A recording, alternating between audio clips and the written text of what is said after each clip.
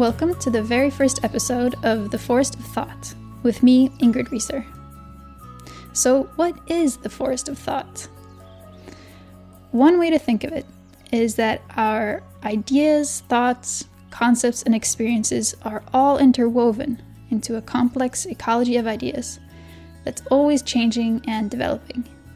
This is what we might call the Forest of Thought, and our lives are completely embedded in this ecology, whether we realize it or not. As we move through the forest, we usually stick to our old familiar paths, casting just quick glances at the same old trees and bushes, the same species of ideas, day after day. So we're not really paying close attention. And when once in a while we do stop to examine our surroundings more closely, it's always from the fixed viewpoint of our old familiar trail. Rarely do we get down on our knees to poke around in the underbrush, or climb the treetops to get an overview, or examine how networks of roots and mycelia might connect various ideas underground. So what would it take to gain new perspectives, to re-examine the familiar and catch glimpses of the new?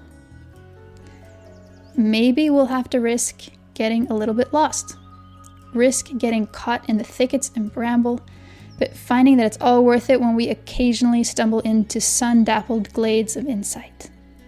The past decade, I've been struggling to understand how we might live differently in relation to other humans and other species on this beautiful blue planet that we call home.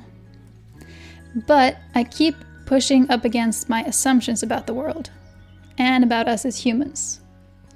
Now, I feel sure that there's many more ways of thinking and feeling to be discovered, and that the Forest of Thought is far from being charted territory.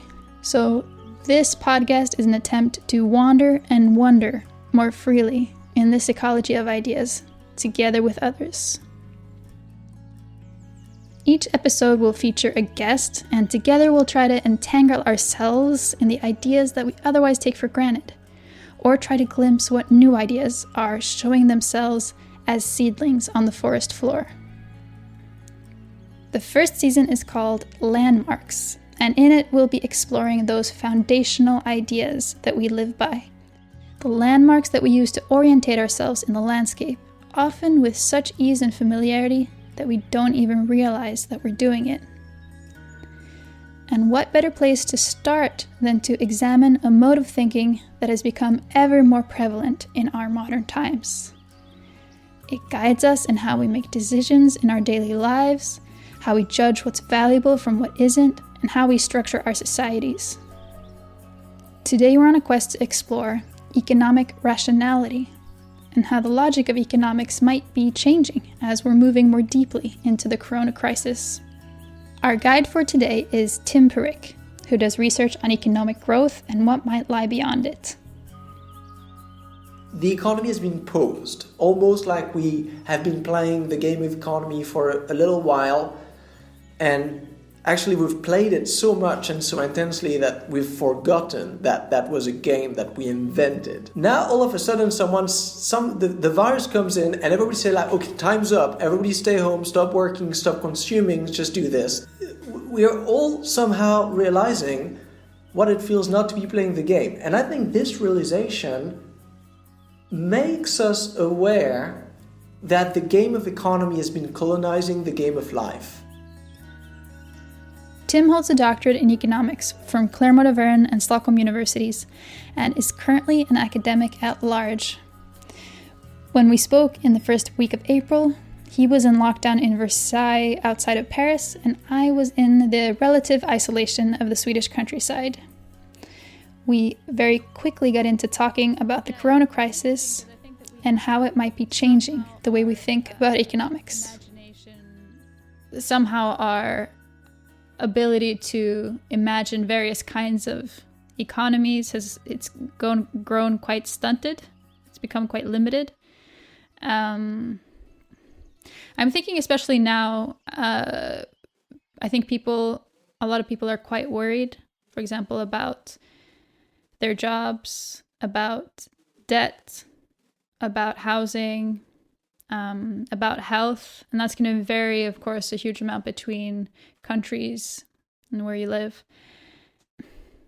But what do you think that this crisis is kind of forcing us to think about? Like, what is this crisis revealing in terms of opportunities as well to imagine other ways that our economy could be serving us?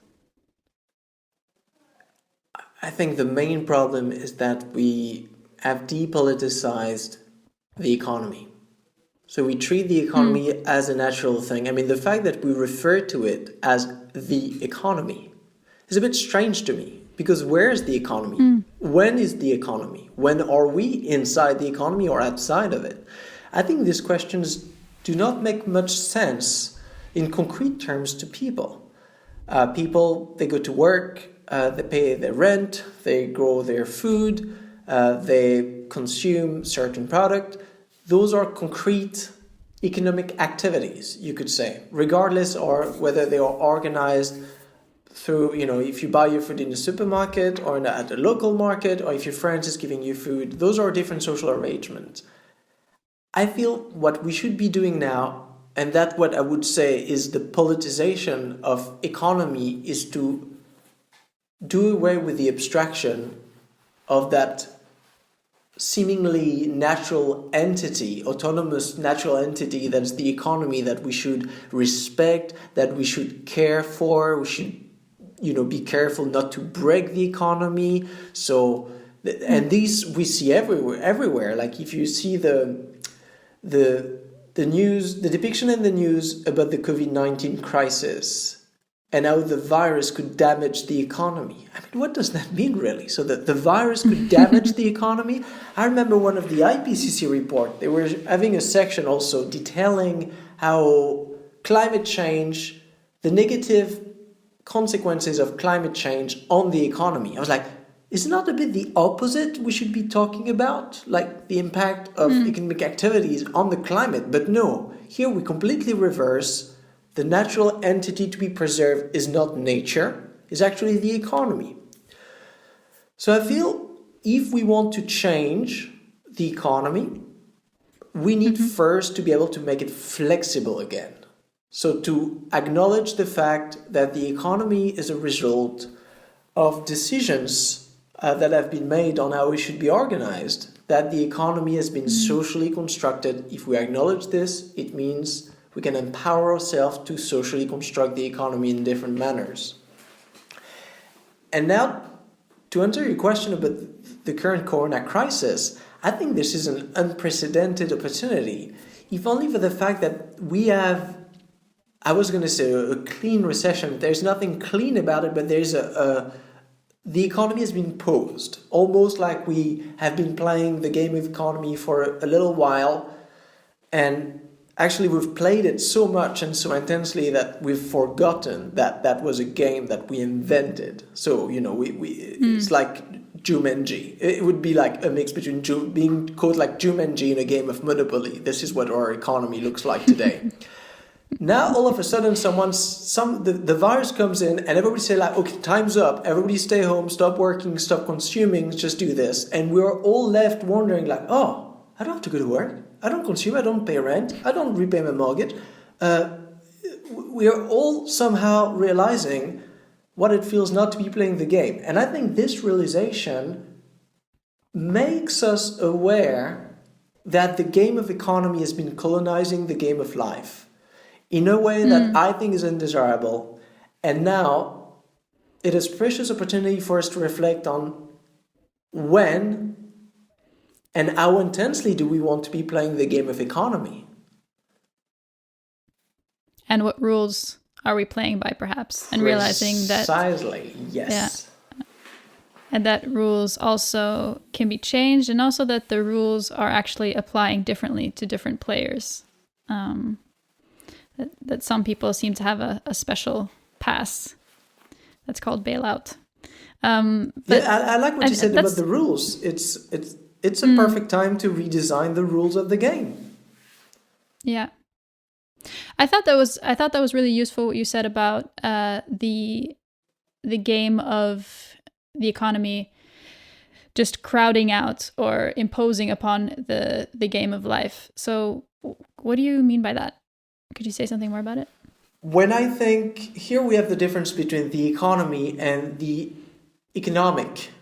I think economic rationality, there's a specific way associated with the rules of the game that are currently being played in the economy. And of course, those rules are different in different economic systems, but here I'm going to be talking with the one that we have in the type of societies we live in today, so modern forms of capitalism. And that is a form of rationality that focuses a lot on quantities. So first, when things need to be quantified, and they need to be quantified in order to be monetized, as to be able to fit in the game of prices. So this is quite an important institution of a capitalist economy, the market. So today that's the main mode of allocation in a capitalist economy. Markets, labor markets, markets to buy foods, housing markets. And what these markets have in common is that they have the same rules of the game. If you're a seller, you want to sell at a high price. If you're a buyer, you want to buy at a low price.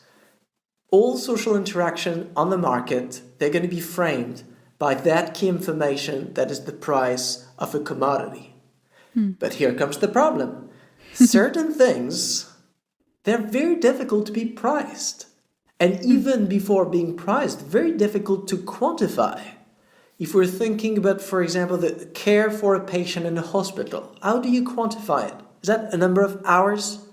Is that maybe a measure of effort, how intensely you care for that person? I think it's difficult to measure this, and even more difficult to put a price on it. So my contention would be to say that certain things, certain social relations should not be commodified. That means they should not be quantified, neither be monetized. So when I say the game of economy colonizing the game of life, it means that more and more things are being treated as market commodities. And what I think is undesirable about it is that when something is being turned into a market commodities, that makes us think about that thing in a specific way. Yeah, what it makes me think about is how people are really bringing this economic rationality and commodification thinking into their lives and into their personal lives, or, for example, into areas like education. So, for example, I see that some of the language around universities is that it's no longer that you're a student or a learner, but you're actually a customer. And that you should be treated that way. And then if a student is unhappy with their education, what do they do? Do they talk to their teacher, perhaps, about how can we improve this together?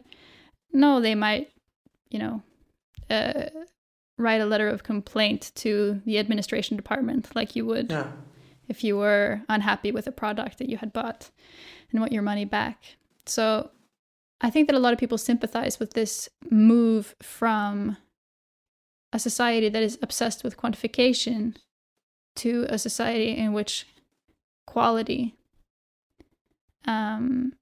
is much more the focus.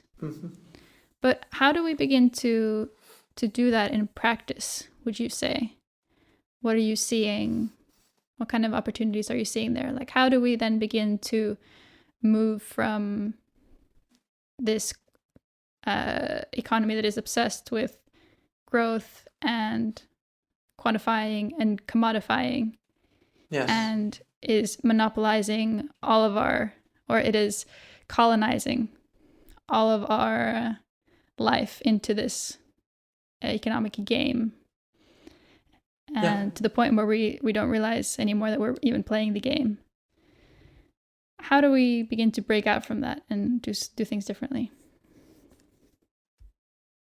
So a Marxian economist would say we need to go from exchange value to use value. So exchange value is when you're conducting an activity and your goal is to make money. That's a quantitative goal. Use value is focusing on the concrete needs that you can satisfy with that thing that you're producing. So I think that should be the overall direction of whatever we are doing, let it be extraction, production, allocation, consumption, disposal, all of those economic activities. We want to focus on the satisfaction of concrete needs. And what's interesting about the COVID crisis is that we're doing this. I mean, and now I'm going to talk about France, but I think this might be common to many countries. We need ventilators, masks, hospital beds, things like this. So in time of crisis, we are not thinking about producing masks in order to make some money that can be reinvested. No, there's no those links. We've forgotten about the money bit. We're focusing on producing something in order to fulfill a need. So if anything, that shows, I mean, that's a good sign. It shows that we've not forgotten what the economy was for. That's great. So now the question is, how do we generalize this so that it becomes the new rule of the game of economy? I can think of different ways, because of course this needs to be synchronized among the different actors. Let's start from businesses. So today, I think it has become quite common sense that a business should make a profit, should be profitable. Again, this is a social convention. We can imagine businesses that would just manage not to grow, maybe not to make too much of a profit, of course, not to be at a deficit, but let's say make a zero profit, and manage to, keep their activity going, that would be good enough. If we were to change the status of firms so that they do not focus on making a profit in their legal statute as their raison d'être, but they could state a social mission, that would be a very good way of going from exchange value to use value.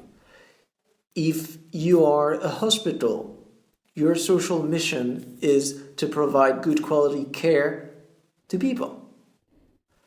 Making money, or all the financial aspects, of course, they don't disappear, they are still there, but they are subjugated, they become a means to that end of providing quality care. So now let's have a little thought experiment. Let us imagine an economy where every single production unit, let it be a hospital, a bakery, a financial firm, a marketing agency, is focusing, completely disregarding the goal of making money and asking themselves, what is my raison d'être? What quality should I aim to? I'm not going to use the word maximize here, because then we're falling back into an economic rationality of maximization, of quantification. But let's say, what is the best way I can contribute to societal health, to the well-being of people, or to the health of ecosystems? So let's take another actor, the government. Either you can do exchange, you can maximize exchange value. Let's say your goal is to maximize GDP, so you have as much public revenues as possible, so you have a bigger budget, and a bigger budget. You can spend a lot into services like healthcare, arts, and education. Compare this to an alternative strategy where you're first setting, what do I want to do? Maybe I want healthy people, well-instructed pupils, a thriving artistic communities. You're setting your quality, and then you're just asking yourself, how can I support these activities? And part of that answer would mean you will need some money, perhaps, to invest into this, or invest in physical infrastructure. But here we see we're focusing on the concrete needs, and this changes the deal in a radical manner, because when we're thinking about the maximization of abstract quantities, that is where we can open the gate to growth without end. Then we want a budget the budget can forever be bigger than the one last year. When we're focusing on the satisfaction of concrete needs, that gives us a ceiling, because when your needs are fulfilled, you don't need more. If I'm sick, and I'm getting healthy again, mission is accomplished. If I want to move from A to B and I do this, this is done. So because our needs are fundamentally limited, then that puts an end to that mission of satisfying the need, and that end is a boundary to the game of economy. It means we're going to be playing the game of economy here and there in order to finance the hospital, provide the care we want, and once this is done, we don't need to play the game of economy anymore. We can just go to the pub and chat, play games, do other things, just behave like we do as wonderful humans. But okay, are our needs limited though, would you say? I mean, materially speaking, as I assume you well, not just material, but let me return the question to you. Do you think your needs are unlimited?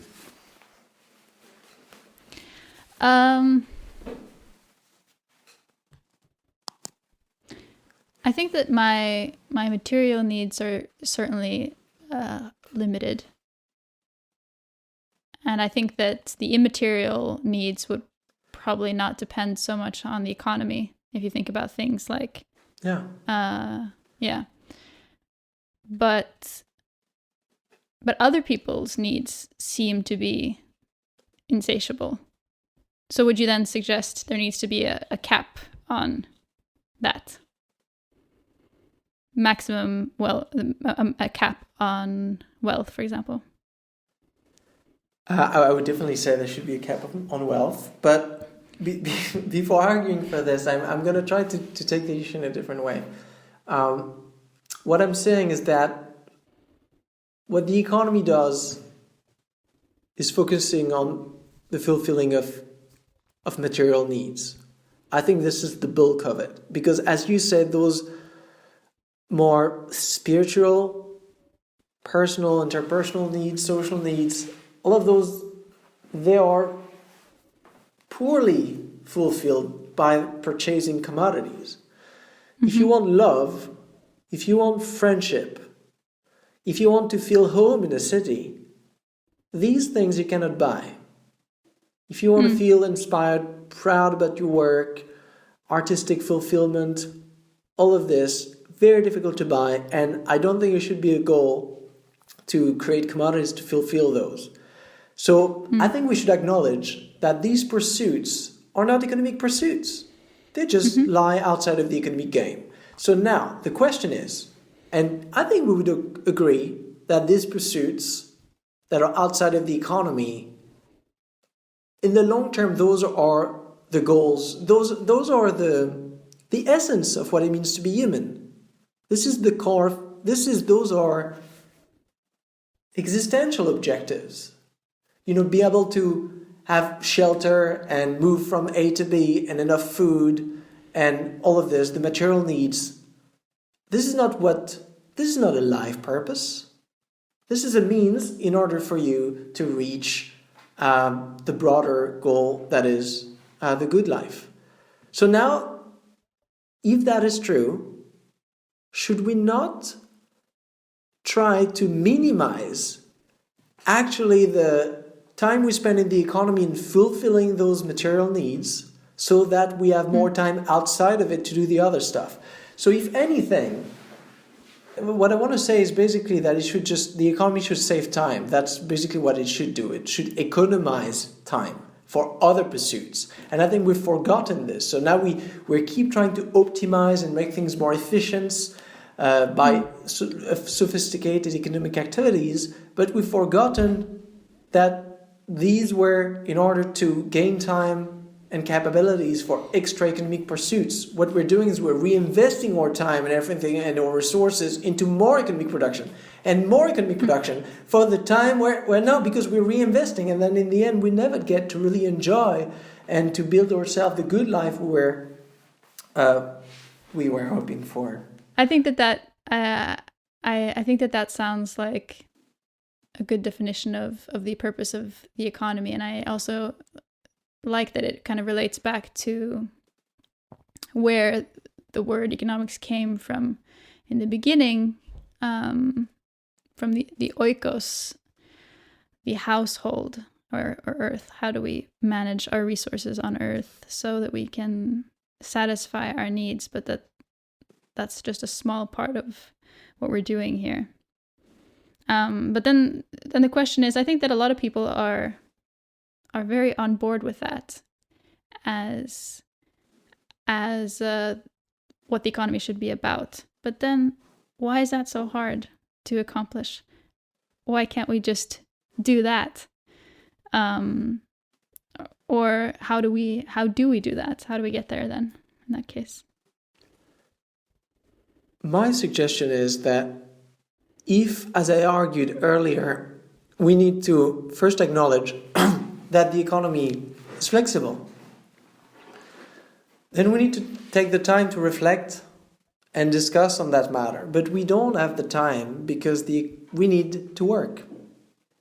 This is why I think work time reduction is an absolutely necessary policy for any economic transformations. And this is what we see now in the COVID-19. This is a mass-scale work time reduction in the sense of many people cannot go to work and they're stranded at home. So what do you do when you're stranded at home? You have more time to watch the news, to read, to reflect, to talk with your friends about certain things.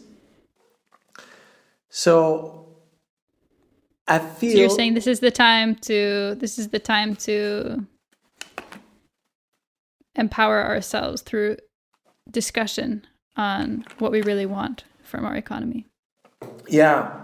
You know, like sometimes you do an intervention for your friends when you think they're engaging in some harmful behaviors. So now we should collectively do this to ourselves for what we do in the economy. And, you know, have this little banner like intervention and have a good open-hearted chat about what we do when we get to the economy.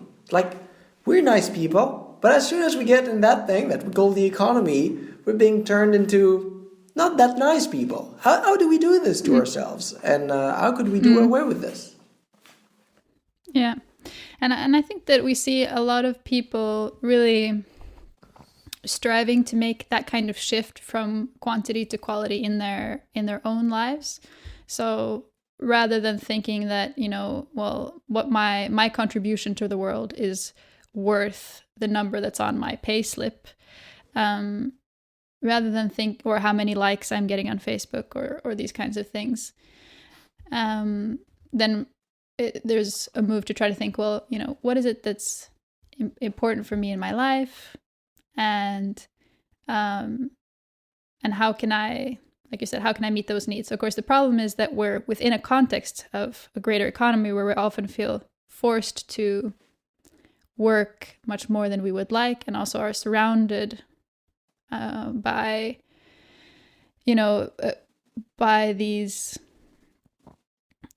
we're surrounded by this overwhelming message from all the other players of the economy game about what we should be prioritizing. So of course, the context really matters. So I think that even though we're trying to make these changes on an individual level, that's not going to be enough unless, of course, we're making them on a structural level. And that's where I think that people feel a bit hopeless, because it's like, okay, well, how do we then make those changes in the economy, which feels so abstract and hard to understand and paradoxical in a lot of ways. And what's been nice to see is that in the wake of the crisis, there has been quite a lot of discussion about quite radical suggestions that are now on the table that would have felt impossible just a few weeks ago. So I'm thinking maybe we could talk a little bit about those and hear what your thoughts are on them, and how can we, if the idea is that we can create new economic spaces where we can play according to other rules than the game with which we've been engaging so far, then what do we need to be thinking about as we're creating those new spaces? So I think, for example, one thing that's been coming up quite a lot is the question of universal basic income.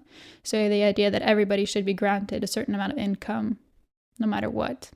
I think that in the precarious situation that we're now kind of finding ourselves, the advantages to that kind of a system are pretty clear, because so many people are finding themselves without jobs, without any fault of their own. And it becomes quite clear that what you have, the number that you have in your bank account, is not actually in proportion to the contribution that you're making to society. So what are your thoughts on universal basic income? I'm divided. On one side, I agree with the logic of whatever happens in the game of economy, everybody should have enough to satisfy the basic needs. So there should be, let's say, a floor, a safety net on whatever you can lose in playing the game of economy. And even though you lose all of your money, you should not be left homeless in the street having to beg for food. So, but that's not new, that the idea of social security. Now, if we agree that this is a goal, I think there are several ways of doing it. Universal basic income is one of them. But one alternative to that I would favor is the universal basic services that has been proposed since 2017 by a think tank in UK. And the idea, the logic is the same, is to say that certain goods and services should be provided regardless of economic conditions. So if you're a citizen, you should have access to a basic quantity of energy, mobility, to judicial services, to the ability to communicate, shelter, healthcare, education, all of this. The advantage of universal basic service over universal basic income is that it focuses straight on the use value. Remember what we discussed? So like if we give people money, the risk is that there's going to be a lot of money-making opportunities by companies that are trying to make a buck out of people consuming, that will force us to consume commodities. And here we're assuming that the only way to satisfy a need is to consume a commodity. But again, as we said earlier, certain needs cannot be satisfied with the purchasing of commodities, or certain needs are ill-fitted to commodities. Now I'm thinking of healthcare education. That's something that doesn't work quite well as a commodity. I would go even further and say that public transport is something that also doesn't work well as a commodity. So instead of just giving people a monthly basic income that they can give to private companies selling them the service of transport, why not just collectively decided that we provide public transport free of charge? Of course, this is free of charge, not in the sense of a complete free lunch. Bus drivers need to be paid, remunerated for their jobs, and we need to build the tram lanes and everything. But it just means that we make a collective decision that everybody should have access to them. So it should be free of charge at a purchase point and financed by other means, taxation, for example. Of course, then it becomes dynamic during a transition from a society where most satisfiers of basic needs are commodified. That's today. If you want to buy a house, to buy food, to buy whatever, you need money, then we could have a part of this given in universal basic income. And as we go further in shrinking the size of the economy, then we could have the part in universal basic services increasing. That can be a mix of the two. I don't see why not. So I know that you just completed a PhD thesis on the political economy of degrowth, which I guess is incorporating a lot of the ideas that we already talked about. But could you say a little bit something about degrowth? Because I think it's maybe a concept that people have heard of, but maybe don't know so much about. Yeah, okay.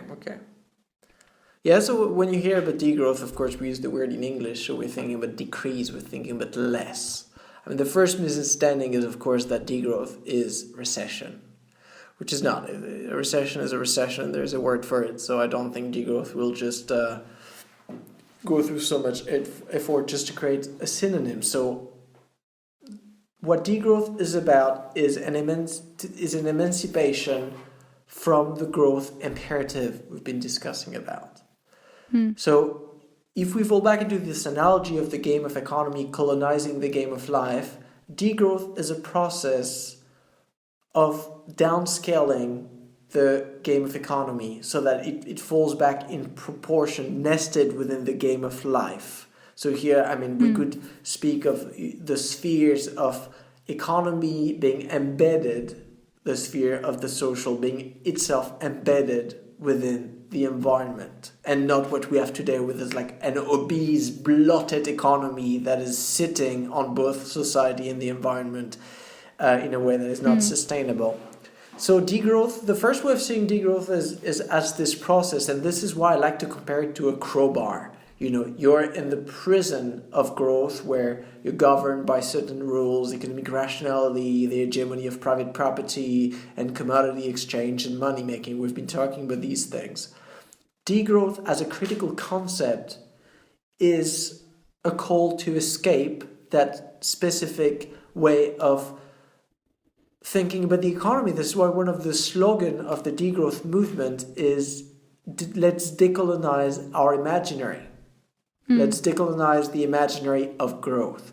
So that's one of the things that degrowth as a movement advocates for, escaping. And of course, once we have escaped, I mean, degrowth is also an economic utopia. It borrows from communitarianism, from anarchist ideas, it borrows from socialism and communism.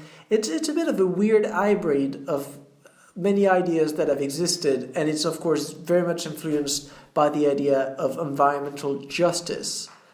So it's a bit of a hodgepodge of alternative ideas of thinking and organizing the economy. That's the way I like to think about degrowth.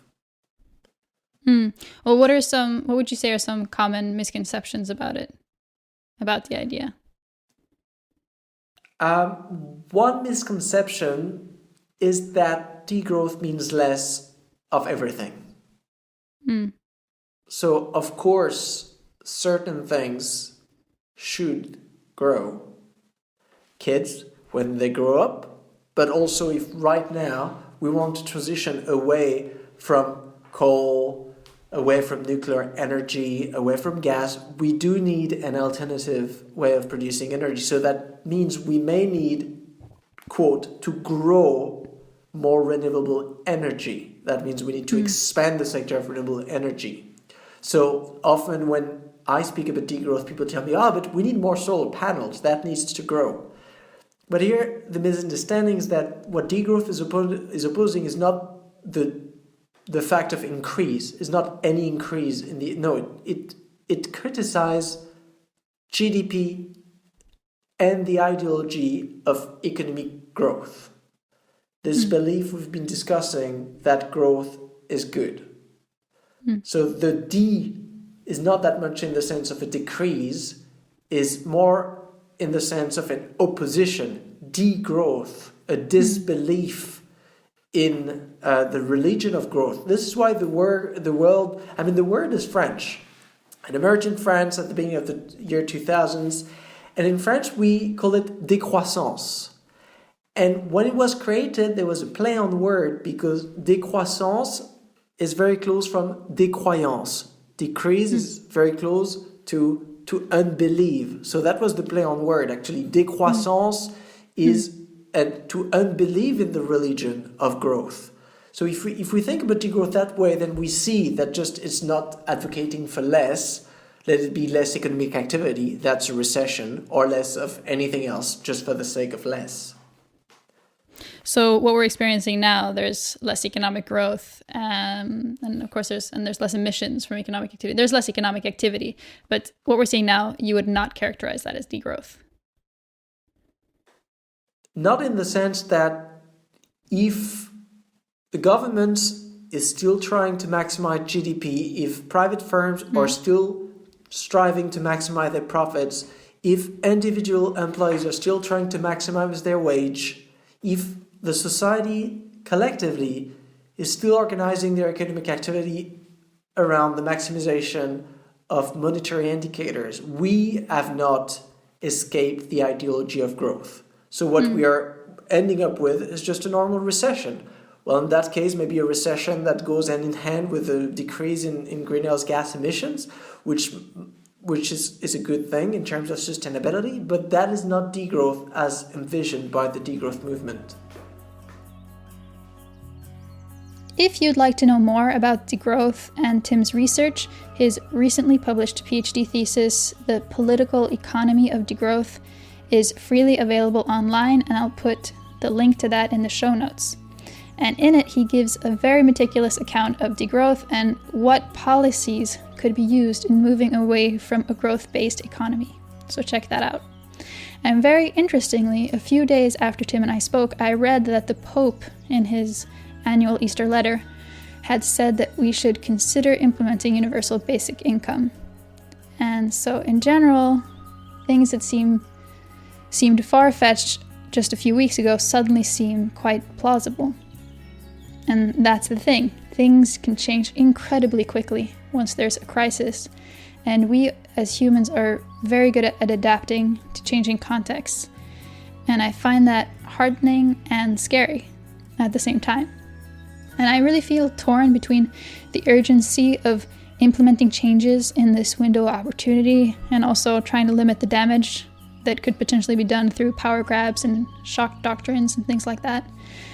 But at the same time, recognizing that just jumping in to manage and to control situations and thinking that we have the answers figured out has previously not worked so well for us.